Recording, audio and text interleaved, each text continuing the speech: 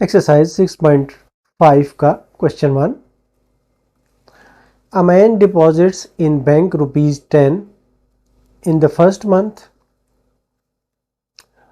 ₹15 in the second month, ₹20 in the third month and so on।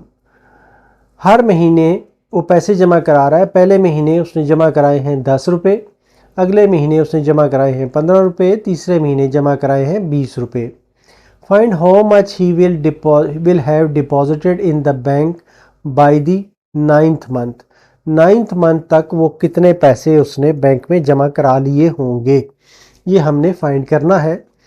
अब हमारे पास जो given है कि उसने जो अमाउंट डिपॉजिटेड कराई है वो है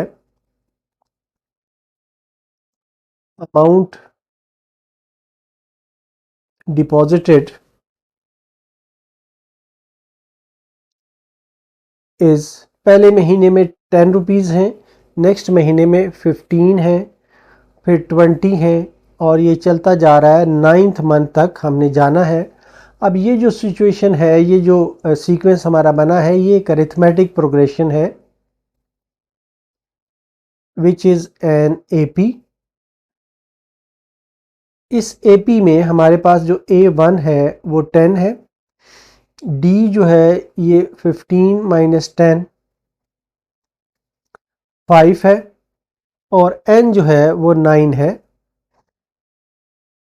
तो हमें S9 फाइंड करना है कि इसने नाइन्थ मंथ के एंड तक टोटल कितने पैसे जमा कराए होंगे। तो S9 के लिए जो हम फार्मूला यूज़ करेंगे, using SN is equal to N/2 2A1 plus N-1 into D, या S9 is equal to 9/2 2 into A1 10 plus 9-1 into D है 5, या ये आ जाएगा 9/2 इंटू 20 प्लस 8 इंटू 5, या 1/2 से मल्टीप्लाई कर दें तो ये आ जाता है 10 प्लस 20, तो ये आ जाता है 9 इंटू 30, या ये आ जाता है 270 रुपीज़। तो उसने जो जमा कराए होंगे वो होंगे ₹270 9 महीने में टोटल। तो ये हमारा आंसर होगा। Question 2। 378 trees are planted in rows in the shape of an isosceles triangle। isosceles triangle ये होती है कि जिसकी तीनों साइडें आपस में बराबर हों। The numbers in successive rows decreasing by 1 from the base to the top। इसका मतलब ये है कि बेस में जितनी ट्रीज लगाए गए हैं उससे ऊपर जो रो आएगी उसमें एक ट्री जो है वो कम होगा। How many trees are there in the rows which form the base of the triangle। जो सबसे नीचे वाली रो है, बेस वाली रो है, उसमें कितने ट्रीज होंगे। अब हम ये देखते हैं कि ट्रीज इस तरीके से लगाए गए हैं कि अगर ये एक रो हो तो इसमें जो ट्रीज लगाए गए हैं वो इस तरह हैं, और जो इससे ऊपर वाली रो आ रही है इसमें इन ट्रीज से एक कम जो है वो लगाया गया है। इसी तरह चलते चलते जो लास्ट रो आएगी ऊपर वाली, इसमें एक ट्री होगा। यहाँ पर जो सेकंड रो होगी उसमें 2 ट्रीज होंगे और जो नीचे रो होगी इसमें 3 ट्रीज होंगे। तो इस तरीके से हम स्टार्ट लेते हैं फ्रॉम टॉप। हम कहते हैं कि let A1 is equal to 1 is the uppermost row and AN is the base row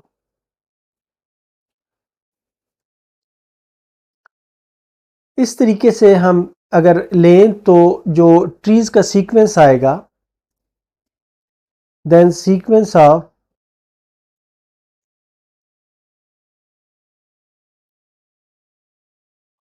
trees is, ऊपर से हम ले रहे हैं, यहां पर 1 आ रहा है, फिर इसके बाद ये 2 आ रहा है और फिर 3 आ रहा है और ये चलता जा रहा है सो ऑन। ये अब एक एपी बन जाता है और इस सूरत में हमें कहा यह गया है कि ये जो टोटल दरख्त लगे हैं सारे इसमें वो 378 लगे हैं। तो अगर इसको हम सीरीज को सम करें तो ये 1 + 2 + 3 प्लस सो ऑन कंटिन्यू करते हुए लास्ट टर्म जो है ये AN है और ये 378 के बराबर है। अब इसमें हमें जो गिवन है वो आ जाता है A1 = 1 आ जाता है, D हम फाइंड करें तो 2 - 1 = 1 आ जाता है और SN जो है वो हमारे पास 378 है। तो हमें फाइंड करना है कि N कितना है ताकि हमें ये जो रोज़ हैं इन रोज़ की तादाद हमें पता चल सके और फिर हम लास्ट रो के बारे में जान सकें कि उसमें कितने ट्रीज होंगे। तो हम फार्मूला यूज़ करते हैं SN = n/2 2A1 + n-1 × D। तो SN है हमारे पास 378 = n का हमें पता नहीं है, 2A1 2 × 1 + 1 - 1 n-1 × D 1 है। तो इसको अब हम फर्दर सॉल्व करते हैं तो ये आ जाता है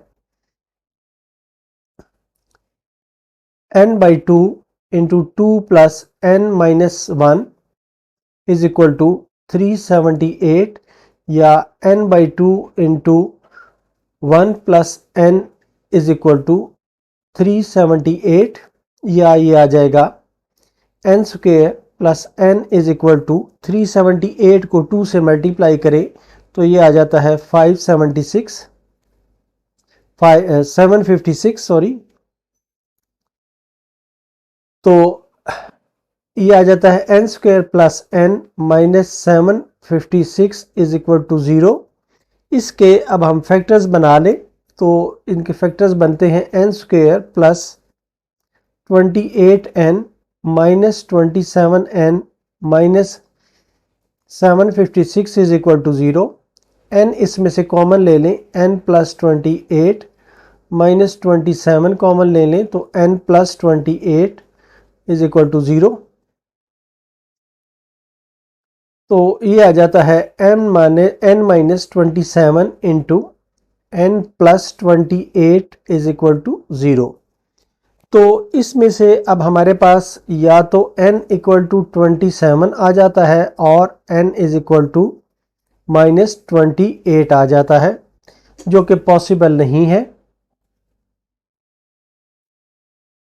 इसलिए हम n को 27 ही लेते हैं। तो अब ये जो हमारे पास ये वाला हमने डिटरमिन की थी वैल्यूज़, इसमें एक फर्दर वैल्यू हमें n की भी मिल गई है। तो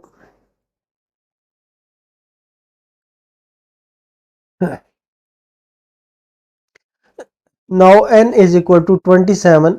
इसका मतलब ये हुआ कि यहाँ पर जो टोटल रोज होंगी वो 27 होंगी। ये जो लास्ट रो है ये 27th रो होगी। तो इस रो में हमें नंबर ऑफ ट्रीज फाइंड करने हैं। तो हम फाइंड करते हैं कि A27 = A1 + n-1 × D। तो A27 होगा, A1 है हमारे पास 1 + n-1 27 - 1 × D, ये 1 के बराबर है। तो ये आ जाएगा 1 + 26। तो A27 = 27 आ जाएगा। इस तरह से हम ये कहेंगे कि जो लास्ट रो है, बेस रो है, उसमें 27 ट्रीज होंगे। इस तरह ये हमारा आंसर होगा।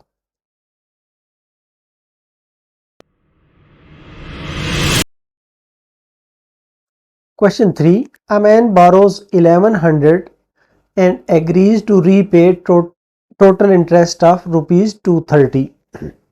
अब 1100 उसने बारो किए हैं और इस पर इंटरेस्ट वो 230 वापस देगा, तो टोटल अमाउंट जो वापस करेगा वो होगी 1100 प्लस 230 इन 14 इंस्टॉलमेंट्स, मतलब है कि 14 टर्म्स में वो वापस पे करेगा। Each instalment being less than the preceding by ₹10, हर इंस्टॉलमेंट जो है वो अगली इंस्टॉलमेंट से 10 रुपए कम होगी। What should be his first instalment, मतलब ये हुआ कि जो टोटल अमाउंट इसने पे करनी है,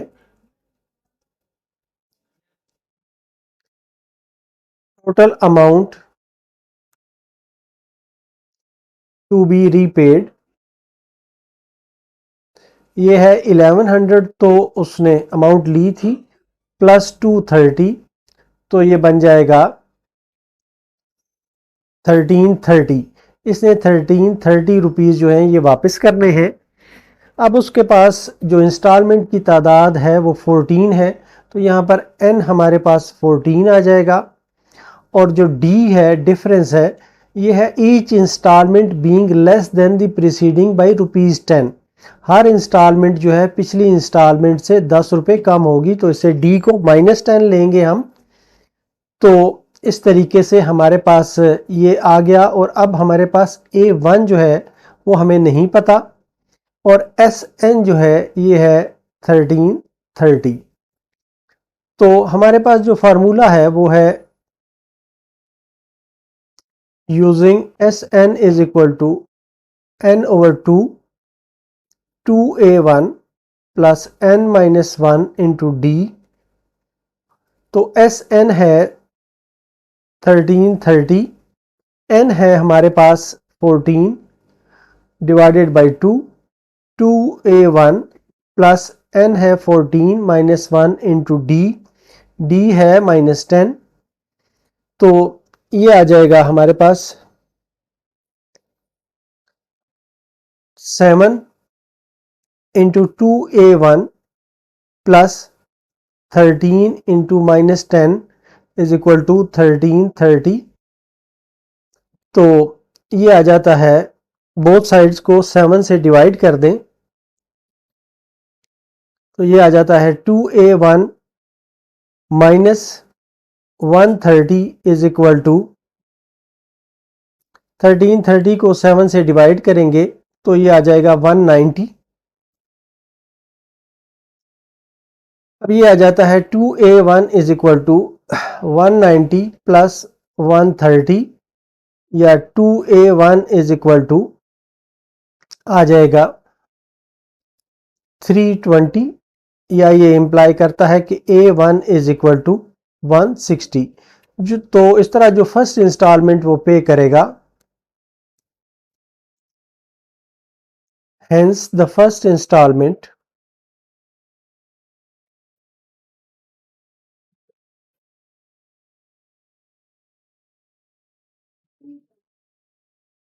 to be paid is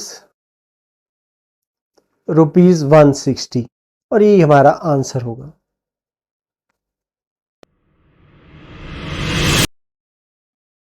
Question 4. A clock strikes once when its hour hand is at 1. जब 1 बजता है तो क्लॉक जो है एक दफ़ा स्ट्राइक करती है। Twice when it is at 2. जब 2 बजते हैं तो 2 दफ़ा ये स्ट्राइक करती है, 2 दफ़ा आवाज़ आती है। तो how many times does the clock strike in 12 hours, 12 hours में कितनी दफ़ा ये स्ट्राइक करेगी। तो इसमें जो हमें सीक्वेंस बनता है वो है, द सीक्वेंस इज पहले पे 1, दूसरी दफ़ा 2, तीसरी दफ़ा 3 और सो ऑन, लास्ट टाइम ये 12 पे जाके बनता है। अब ये देखते हैं कि ये हमारे पास एक AP है, विच is N AP arithmetic progression या अरिथमेटिक सीक्वेंस है, जिसमें A1 जो है ये 1 के बराबर है, D जो है ये 2 - 1 1 के बराबर है, n जो है ये 12 के बराबर है और हमें फाइंड करना है S12 के टोटल कितने टाइम्स इसने स्ट्राइक किया है। तो हम यूज करते हैं formula using Sn is equal to n over 2 2a1 plus n minus 1 into d। तो S12 is equal to 12 divided by 2 2 into 1 plus 12 minus 1 into D, D है 1, या ये आ जाएगा 6 इंटू 2 प्लस 11, या 6 इंटू 13, या ये आ जाएगा 78। तो जो क्लॉक स्ट्राइक करेगी वो 78 टाइम्स है टोटल, इसलिए ये हमारा आंसर होगा। Question 5, A student saves ₹12 at the end of first week। पहले हफ्ते में एक स्टूडेंट 12 रुपए बचाता है and goes on increasing his savings ₹4 weekly। हर हफ्ते वो 4 रुपए इसमें बढ़ा देता है, मतलब है कि पहले हफ्ते में अगर 12 रुपीज बचा रहा है तो अगले हफ्ते में वो 16 रुपीज बचा रहा है। After how many weeks will he be able to save 2100। कितने हफ्ते लगेंगे कि उसके पास जो टोटल बचत है वो 2100 रुपीज हो जाए। तो हमारे पास जो सीक्वेंस बनता है, द सीक्वेंस इज, पहले हफ्ते में उसने 12 रुपीज बचाए, अगले हफ्ते में 16, उससे अगले हफ्ते में 20, और ये कंटिन्यू करता जा रहा है। हमें ये पता नहीं है कि इसका एंड क्या है, लेकिन ये यहाँ से जाहिर हो रहा है कि ये एक एपी बन गया है हमारे पास, which is an AP. AP का मतलब है अरिथमेटिक प्रोग्रेशन या अरिथमेटिक सीक्वेंस।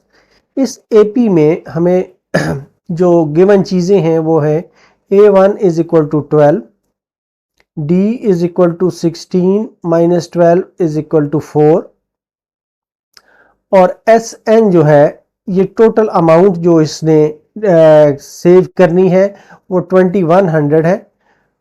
लेकिन कितने अरसा लगेगा, कितने वीक लगेंगे, वो n है, वो हमें नहीं पता। तो अब इसमें जो फार्मूला हम यूज करते हैं, using Sn is equal to n by 2 into 2a1 plus n minus 1 into D. Sn है हमारे पास 2100, n हमें पता नहीं है, तो 2 into 12 plus n minus 1 into D जो है ये 4 है।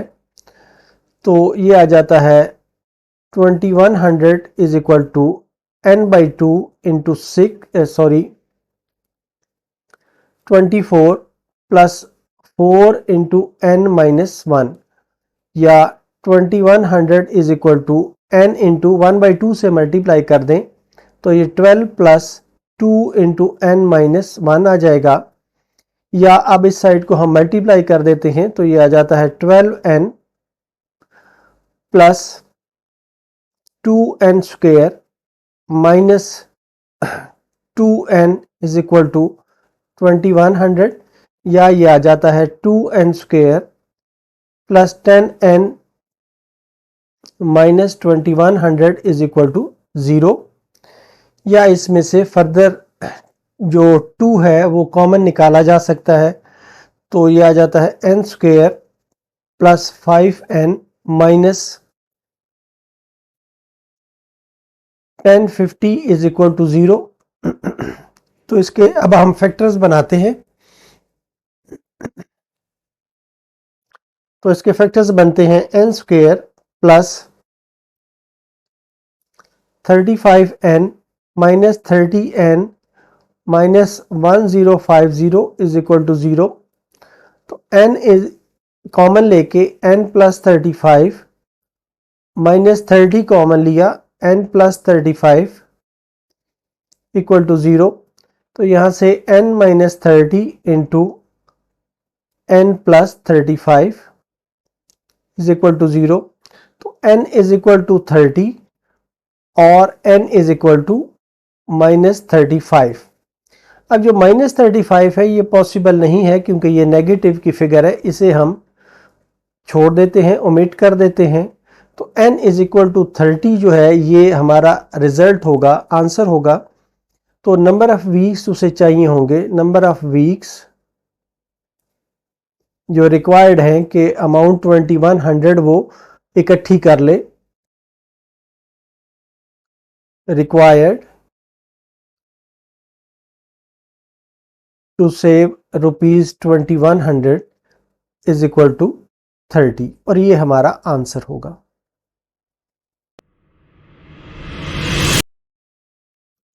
Question 6.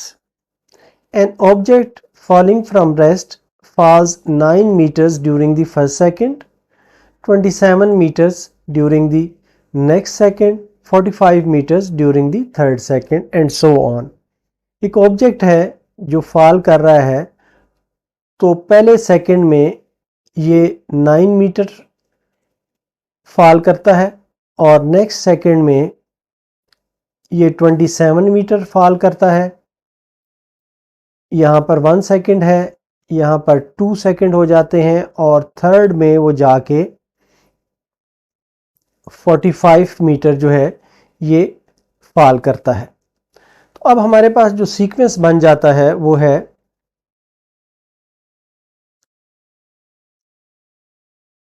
द सीक्वेंस इज 9, पहले सेकंड में 9 मीटर इसने फॉल किया है, दूसरे सेकंड में 25, तीसरे सेकंड में 45।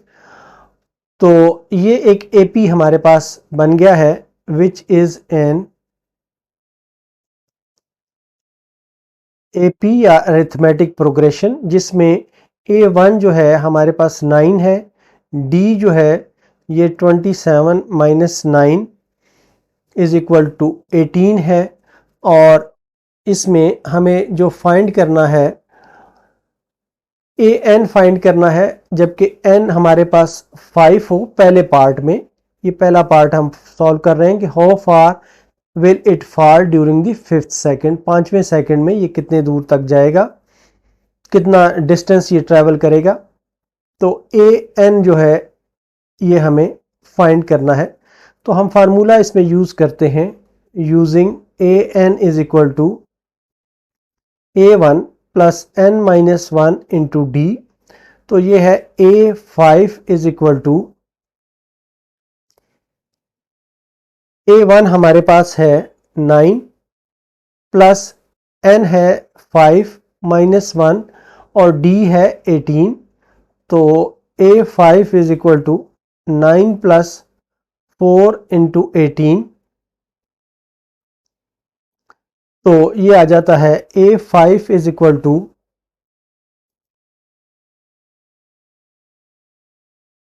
9 प्लस 72, या ये इंप्लाई करता है कि a5 is equal to 81।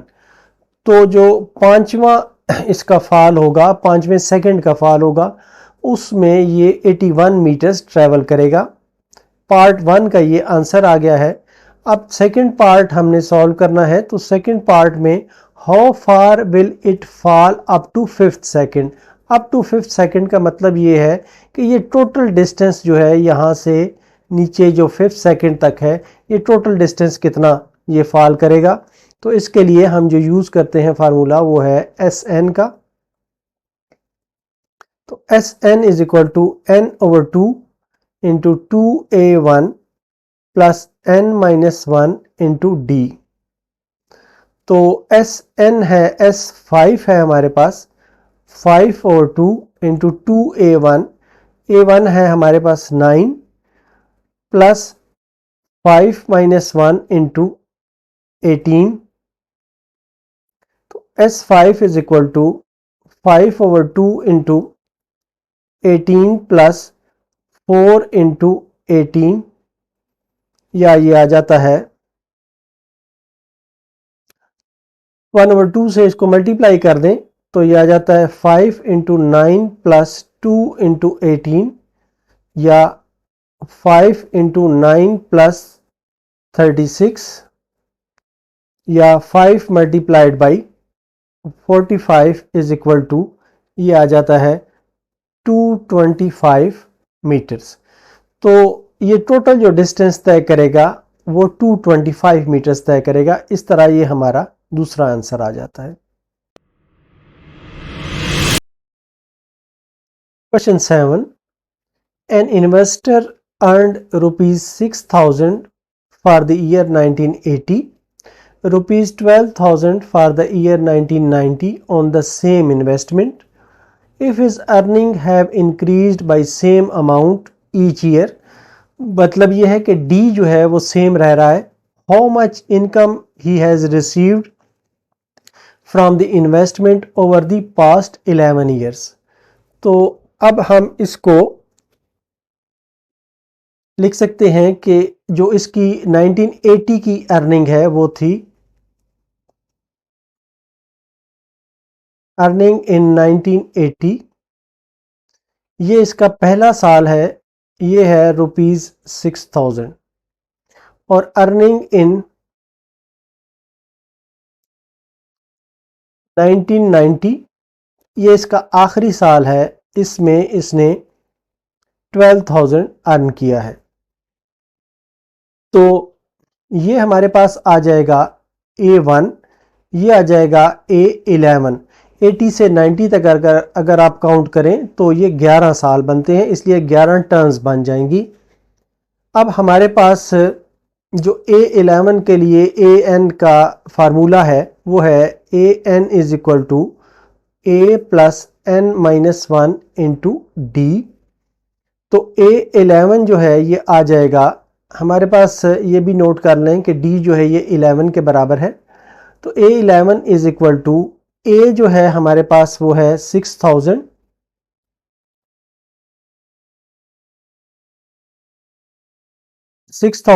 Plus 11 minus 1 into D. और ये A11 जो है ये हमारे पास है 12,000 के बराबर। तो ये आ जाएगा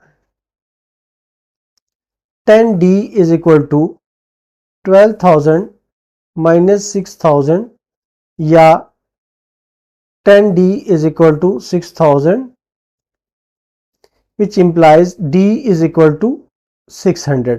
तो हमारे पास जो ईयरली जो डिफरेंस आया है वो D आया है 600। अब हमें फाइंड ये करना है कि how much income has he received from the investment over the past 11 years. जो टोटल इन्वेस्टमेंट से उसने रिटर्न हासिल की है वो कितनी है। तो इसके लिए हम SN का फार्मूला यूज करते हैं। SN is equal to N by 2 into 2A1 plus N minus 1 into D. ये यूज करेंगे हम S11 फाइंड करने के लिए। तो S11 हमारे पास होगा 11 बाई 2 इंटू 2A1। A1 है हमारे पास 6,000 प्लस N है 11 माइनस 1 इंटू डी जो है ये 600 है। तो ये आ जाएगा S11 is equal to 11 over 2 into 2 into 6,000 plus 10 into 600। 1 by 2 से इसको अंदर मल्टीप्लाई कर दें ब्रैकेट के अंदर, तो ये आ जाता है S11 is equal to 11 into 6,000 plus 5 into 600। तो S11 is equal to 11 into 6,000 plus 3,000 या 11 इंटू 9,000। तो 11 से मल्टीप्लाई करें 9,000 को तो ये 99,000 आ जाता है। तो उसने जो टोटल अर्निंग की है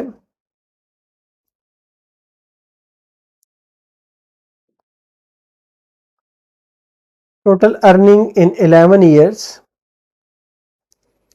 इज इक्वल टू रुपीज 99,000। तो इसने 9 ईयर्स में रुपीज 99,000 अर्न किए हैं। ये हमारा आंसर होगा। Question 8, the sum of interior angles of a polygon having 3 sides, 4 sides, 5 sides form an AP. अगर हमारे पास एक 3 साइडेड पॉलीगॉन हो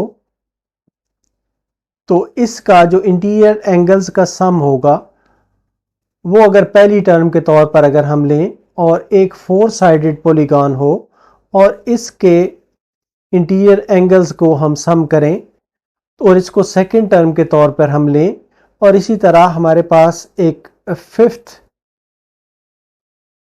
5 साइड्स की पॉलीगॉन हो और इसके साइड्स का हम इंटीरियर एंगल्स का हम सम लें तो इसको तीसरा हम लें तो इसी तरह हम आगे बढ़ते जाएं तो वो कह रहा है कि ये एक अरिथमेटिक प्रोग्रेशन की शक्ल में चलेगा। तो हमारे पास जो पहली टर्म है वो है हम लेते हैं कि 3 साइडेड पॉलीगॉन में कितना होगा एंगल, सम ऑफ एंगल्स कितना होगा। तो हम कहते हैं सम ऑफ इंटीरियर एंगल्स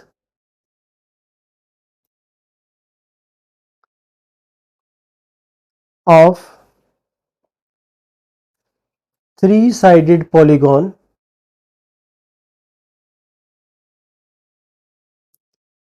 ये होगा पाई।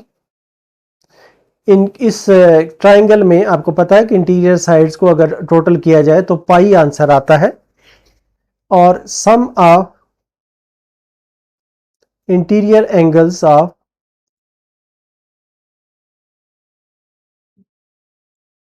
4 साइडेड पॉलीगॉन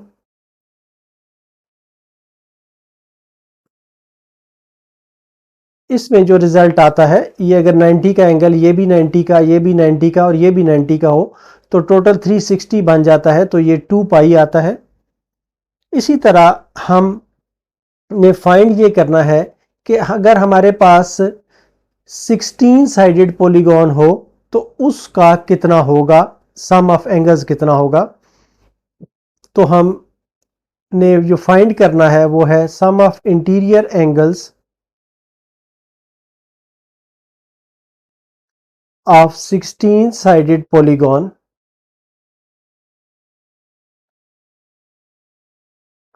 ये कितना होगा ये हमने जानना है। तो हमारे पास जो सीक्वेंस बन रहा है वो है द सीक्वेंस इज,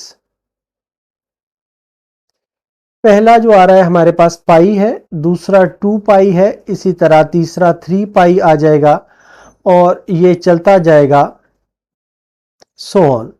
अब ये हम देखते हैं कि ये एक एपी है विच इज एन एपी, एक अरिथमेटिक प्रोग्रेशन की शक्ल में है।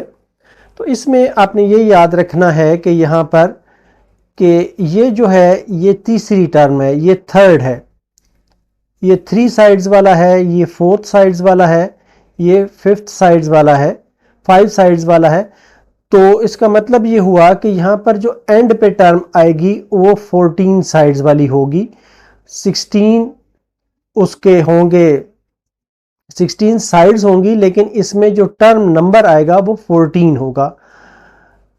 तो इसमें हमारे पास जो गिवन सीक्वेंस है इसमें से A1 जो है ये पाई के बराबर है, D जो है ये भी पाई के बराबर है और N जो है ये 14 आएगा, 16 नहीं आएगा। ये आपने ज़हन में रखना है कि यहाँ पर जो टर्म आएगी वो उसमें जिसमें 16 साइड्स होंगे उसका नंबर जो है वो 14 होगा।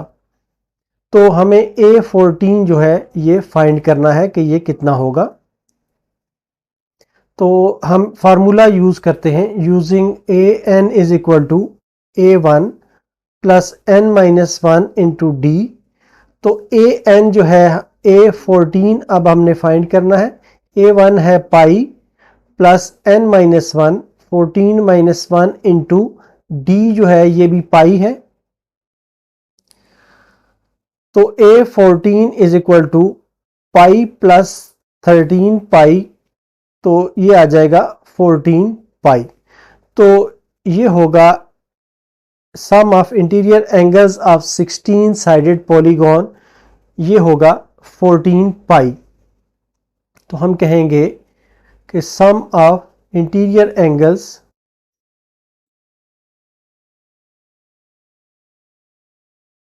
Of 16 sided polygon is equal to 14 pi. इस तरह ये हमारा आंसर होगा। Question 9, the prize money of rupees 60,000, total जो प्राइज मनी है 60,000 will be distributed among the 8 teams, 8 teams हैं, according to their position determined in the match series. The award increases by the same amount for each higher position. जो जो position बढ़ती जाती है amount भी same ratio से बढ़ती जाती है। If the last team is given rupees 4,000, how much will be awarded to the first place team? अब हमारे पास जो चीज़ें गिवन हैं वो हम लिखते हैं कि हमारे पास पहली चीज़ जो गिवन है कि टोटल प्राइज मनी जो है,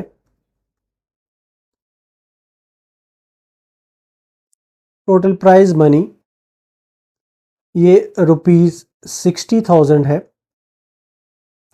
मतलब है कि ये हमारी टर्म्स में SN हो गया। दूसरी बात ये है कि नंबर ऑफ टीम्स जो है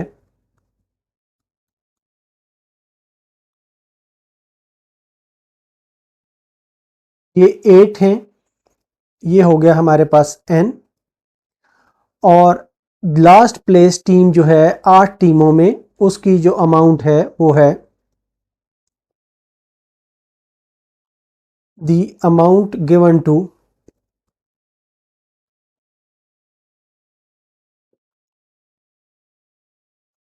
last place team is equal to rupees 4,000। मतलब है कि ये A8 हो गया। अब हमें how much will be awarded to first place team, first place team जो है द अमाउंट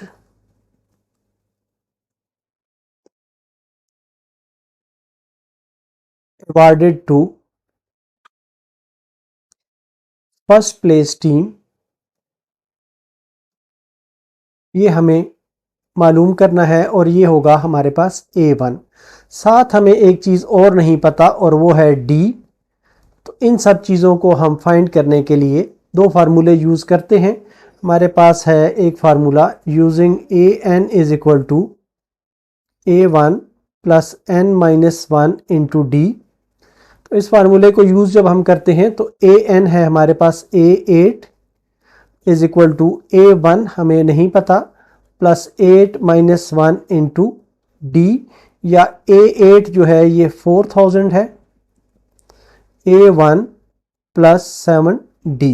इसे हम इक्वेशन 1 कह देते हैं। और दूसरा हमारे पास है formula using SN is equal to N over 2 into 2A1 plus N minus 1 into D। तो SN जो है हमारे पास है 60,000, N जो है ये 8 है, 8 by 2, 2A1 plus 8 minus 1 into D, या ये आ जाता है हमारे पास 60,000 is equal to 4 into 2A1 plus 7D, या 2A1 plus 7D is equal to 15,000। ये इक्वेशन 2 हम कह देते हैं। और अब इक्वेशन 1 को इक्वेशन 2 से हम सब्ट्रैक्ट करते हैं मल्टीप्लाई करते हुए 2 से।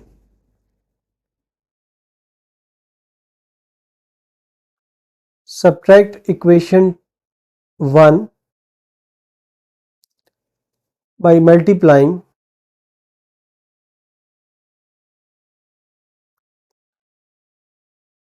by 2 from equation 2। तो इक्वेशन 2 है हमारे पास 2A1 plus 7D is equal to 15,000। अब इक्वेशन 1 को हम मल्टीप्लाई करते हैं तो ये आ जाता है 2A1 plus 14D is equal to 8,000। इनको सब्ट्रैक्ट करते हैं तो ये आ जाता है minus 7D is equal to 7,000। या ये इम्प्लाई करता है कि d इज इक्वल टू -1000। तो हमारे पास d की वैल्यू आ गई है कि ये -1000 है। दूसरी वैल्यू हमें चाहिए a1 की, जो हासिल करने के लिए हम इसे इक्वेशन 1 में पुट करते हैं। Put d is equal to -1000 in equation 1। Equation 1 है हमारे पास 4000 is equal to a1 plus 7 into -1000। तो यहां से हमें मिल जाता है a1 is equal to 4000 plus 7000, या ये इम्प्लाई करता है कि a1 इज इक्वल टू 11000। तो इस तरीके से जो फर्स्ट टीम को मिलेगा, फर्स्ट प्लेस टीम को मिलेगा, वो 11000 होगा। तो हम कहेंगे amount awarded to first place team is equal to rupees 11,000। और ये हमारा आंसर होगा। Question 10, an equilateral triangular base is filled by placing 8 balls in the first row, 7 balls in the second row and so on with 1 ball in the last row। अब एक triangular base है जिसके अंदर पहली रो में 8 balls जो हैं वो रखी गई हैं। से हम यहाँ पर कहते हैं कि यहाँ पर ये 8 बॉल्स यहाँ पर रखी गई हैं, 2 3 4 5 6 7 और 8। अब इसके बाद जो नेक्स्ट रो है उसमें 7 बॉल्स रखी गई हैं, 1 2 3 4 5 6 और 7। इसी तरह कंटिन्यू करते करते यहाँ पर लास्ट में एक बॉल आई है, यहाँ पर 2 बॉल्स हैं। तो इस तरीके से बेस को पहले फिल किया गया है। उसके बाद after this base layer, second layer is formed by placing 7 balls in its first row, 6 balls in its second row और so on। इसके बाद जो लेयर बनाई गई है उसमें यहाँ पे ऊपर जो है इसके ऊपर अब चलना शुरू हुआ है और यहाँ पर 7 बॉल्स रखी गई हैं, 1 2 3 4 5 6 और 7। इसके बाद जो ऊपर इसके लेयर आई है उसमें 6 बॉल्स रखी गई हैं। तो इस तरीके से ये चलता जा रहा है and so on with 1 ball. जो लास्ट में यहाँ पर आई है लेयर उसमें यहाँ पर ये इस तरह से 1 और 2 बॉल्स की लेयर्स आई है। Continuing this process a pyramid of balls is formed with 1 ball on top। How many balls are there in the pyramid। ये हमने फाइंड करना है कि इस pyramid में कितनी बॉल्स हैं। तो हमारा जो फर्स्ट लेयर है उसमें हम कहते हैं कि बॉल्स इन द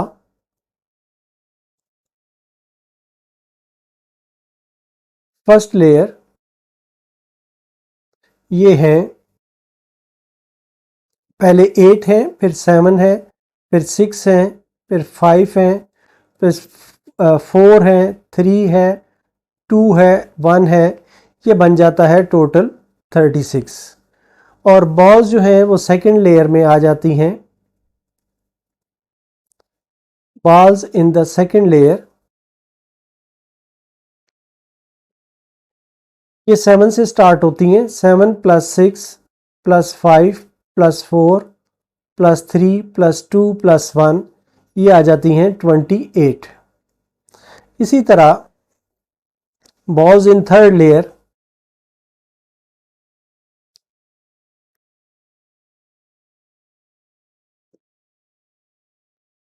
ये अब 6 से स्टार्ट होंगी और ये आ जाएगा 6 + 5 + 4 + 3 + 2 + 1 इज इक्वल टू ये आ जाएगा 21। इसी तरह बॉल्स इन फोर्थ लेयर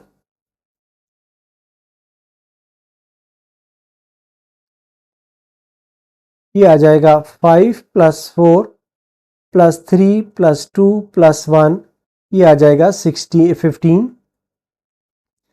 इसी तरह बॉल्स इन 5th लेयर,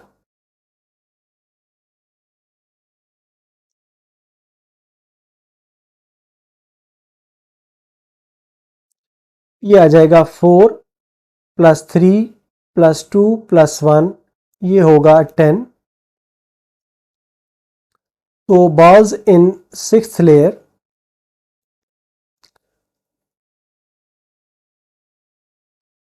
ये होगा 3 + 2 + 1 = ये आ जाएगा 6। और नेक्स्ट है बॉल्स इन 7th लेयर, ये है 2 + 1 = 3। और लास्ट जो लेयर होगी वो होगी बॉल्स इन 8th लेयर,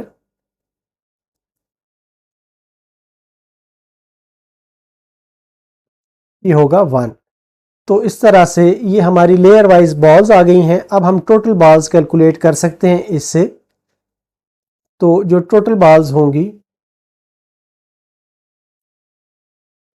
वो होगा 36 + 28 + 21 + 15 + 10 + 6 + 3 + 1। इन सब को अगर आप टोटल करेंगे तो ये आ जाएगा 120 बॉल्स। तो टोटल 120 बॉल्स यूज होंगी इस पिरामिड को बनाने के लिए।